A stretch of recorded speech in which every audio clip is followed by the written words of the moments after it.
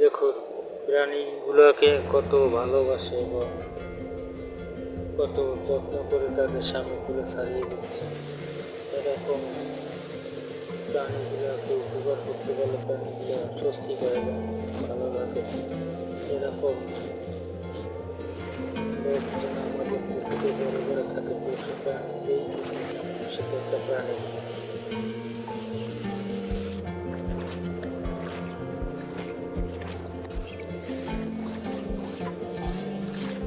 এই লোকগুলোর জন্য দোয়া করবেন যেন তারা আরো বেশি বেশি কাজ করতে পারে, যেন সবাই পাশে থাকতে পারে।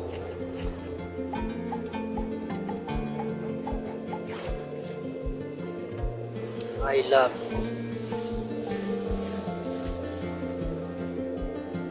এখন পশুটাকে চুমো দিচ্ছে।